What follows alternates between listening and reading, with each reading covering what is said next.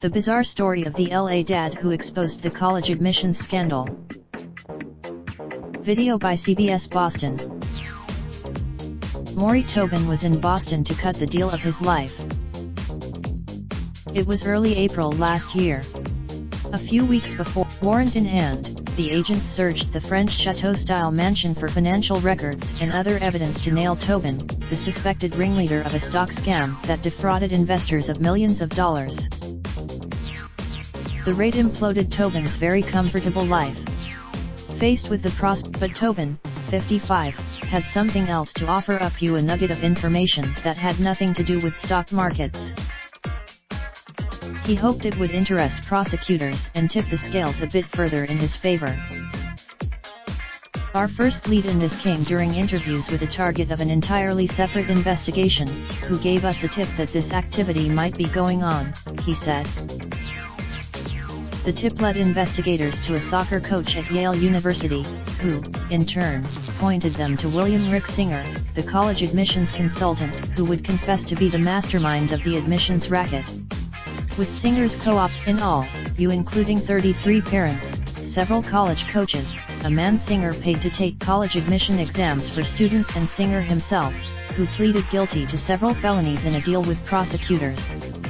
The investigation, not included in the pool of defendants, however, is Tobin, whom multiple law enforcement officials and a person close to him identified as the unnamed tipster Lelling, credited with setting the investigation in motion.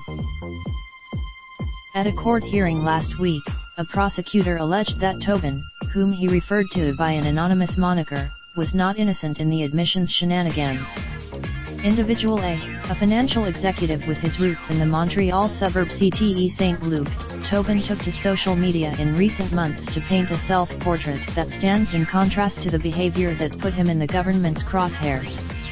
In videos post, Tobin's role in kicking off the investigation, which was first reported by the Wall Street Journal, is one in an array of enticing details disclosed in court hearings, documents, and interviews that together explain how a team of prosecutors working with FBI and IRS agents pieced together an investigation that has rattled the rarefied worlds of the rich and powerful in LA, the Bay Area, and the East Coast, in which Singer peddled his services.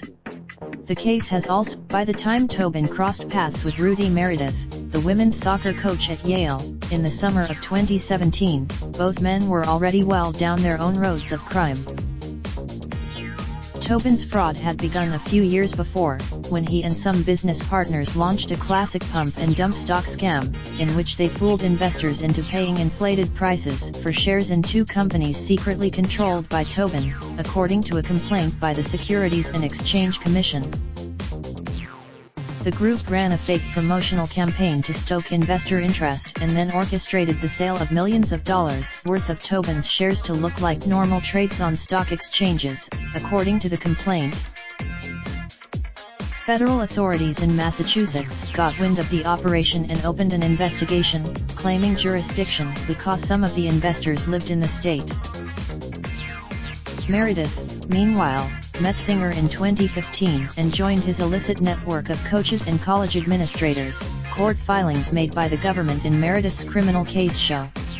Singer relied on, to access the side door, parents were instructed to make a six-figure donation to a charity Singer ran, according to an affidavit filed by an FBI agent in the case.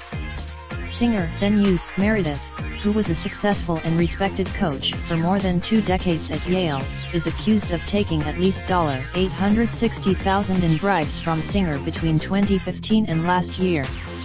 Prosecutors have, and in Meredith, Tobin saw a surefire way to get his high school-aged daughter into Yale when she finished at Marlborough School, a private all-girls school in Hancock Park. The Ivy League neither of the men, nor their attorneys, responded to repeated requests for comment. No one answered that. They agreed Tobin would pay in the mid-six figures for Meredith to designate the girl as a player he wanted on his soccer team, and Tobin began paying monthly installments to the coach, according to an affidavit an agent filed in the case and comments a prosecutor made at the court hearing last week. There would have been time to make about 7 or 8 of the payments. Then, in March, Tobin unloaded what he knew about his stock scheme and his arrangement with Meredith during a multi-day proffer, a prosecutor told the judge at Meredith's plea hearing. In proffer session, when he was done, prosecutors hatched a plan. Tobin contacted Meredith, and the men agreed to meet at a hotel in Boston to discuss their arrangement. Before Meredith, during the meeting, the men finalized the bribe at $450,000, according to court records. Tobin gave Meredith, but, during the meeting, Meredith also got to talking about a man in his orbit. It was a name agent, he mentioned. Raindrop, drop top, smoking, no cooking the hot pot. Fucking on your bitch, yeah, that.